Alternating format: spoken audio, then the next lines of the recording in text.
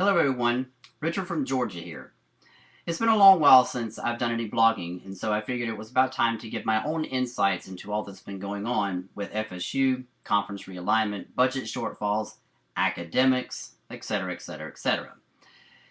As many of you already know, there has been a great deal of talk about schools like FSU and Clemson making plans to leave the ACC and head out west to the greener pastures of the Big 12. Of course, there have been accusations, denials, name calling, and even some blaming going on both sides. And as an FSU fan and alum, class of 1997, I make no reservations about my discontent with the ACC, and I have my own speculations about why and how FSU fell into decline over the past decade in terms of football. But we shall get to that in a later segment. For this segment, I really want to focus only on academics and conference affiliation alone. Over the past few weeks, there have been many things said by many different people within the upper echelon of FSU administration. Four prominent people have spoken about conference affiliation ranging from the chairman of the FSU Board of Trustees to our head football coach. Of course, this has created a comedy of errors in that the following situation has developed. The head football coach says we should look elsewhere into other conferences as an alternative to being in the ACC.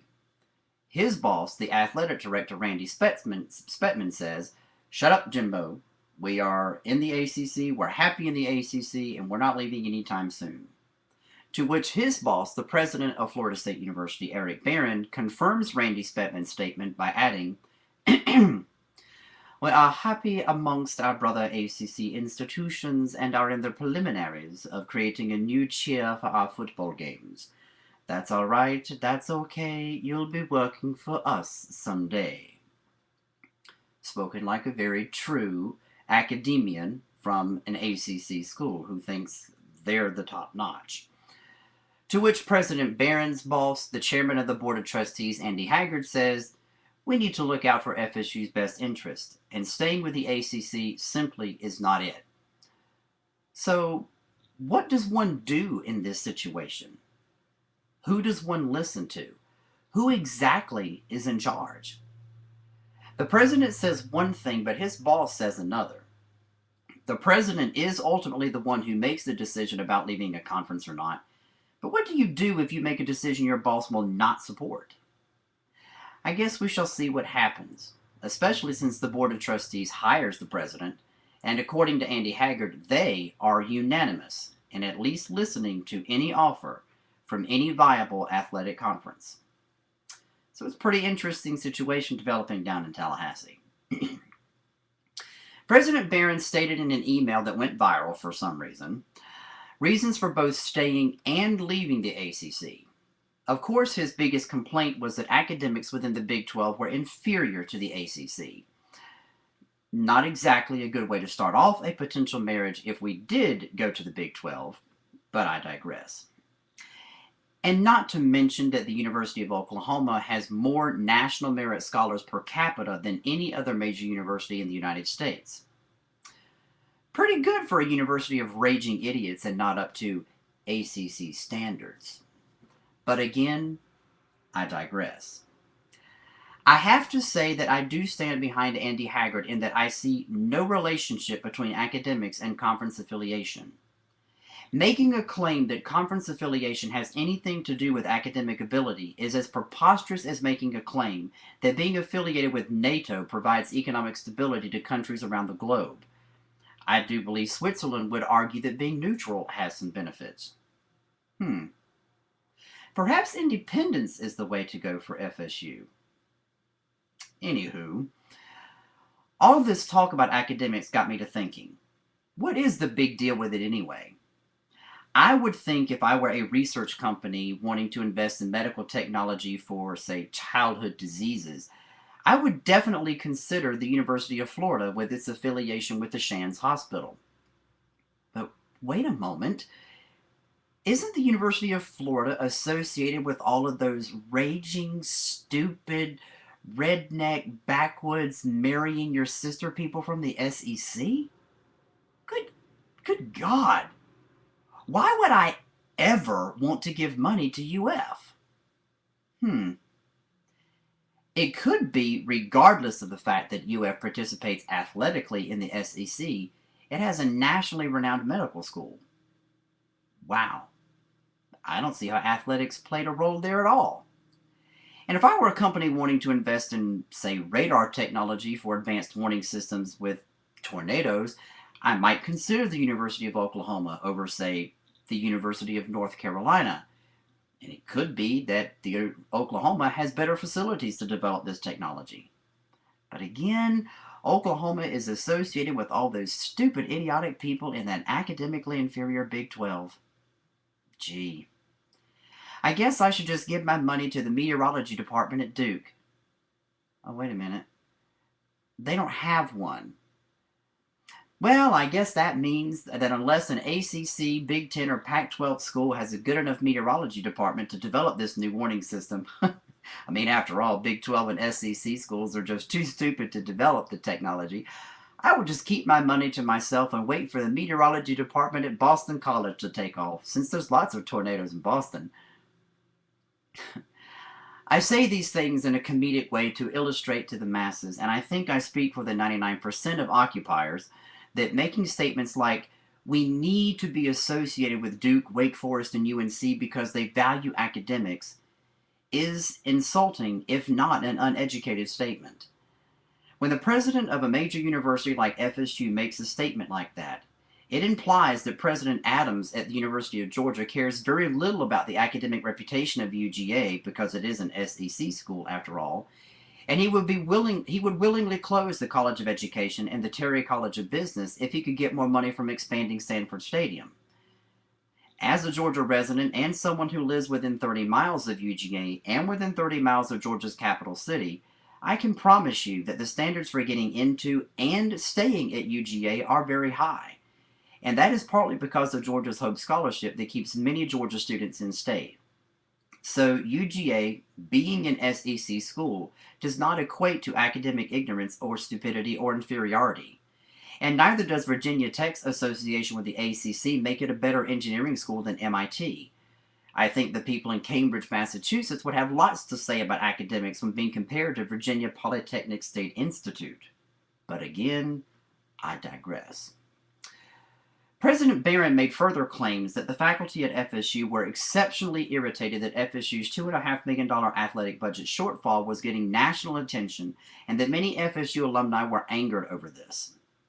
It didn't help matters that Athletic Director Randy Spettman said the biggest reason FSU was looking at this athletic budget shortfall was the fact that FSU could not sell football tickets.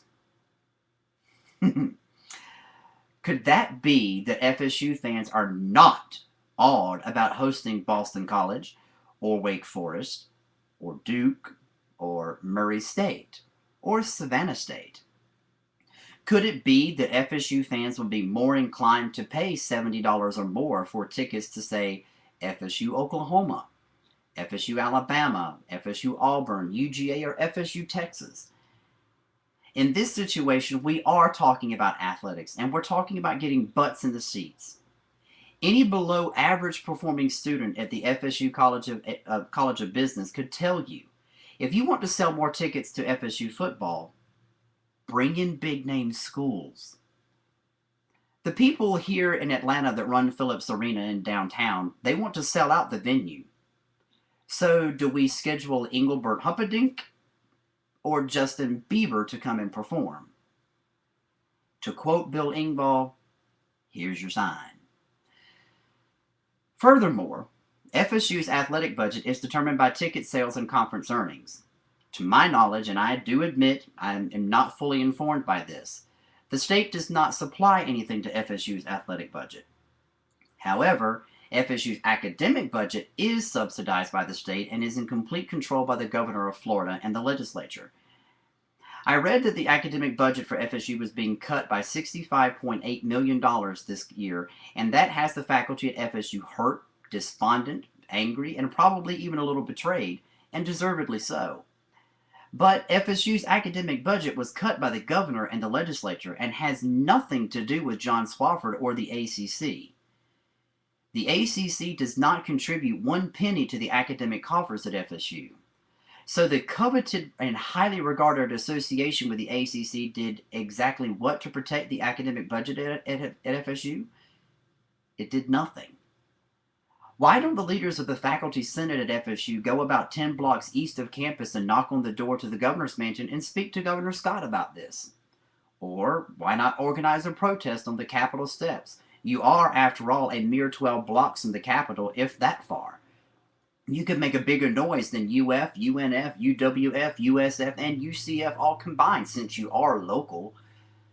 So if ACC affiliation is all that grand for academics, why did that academic affiliation not do anything to curb this drastic budget cut from FSU academics?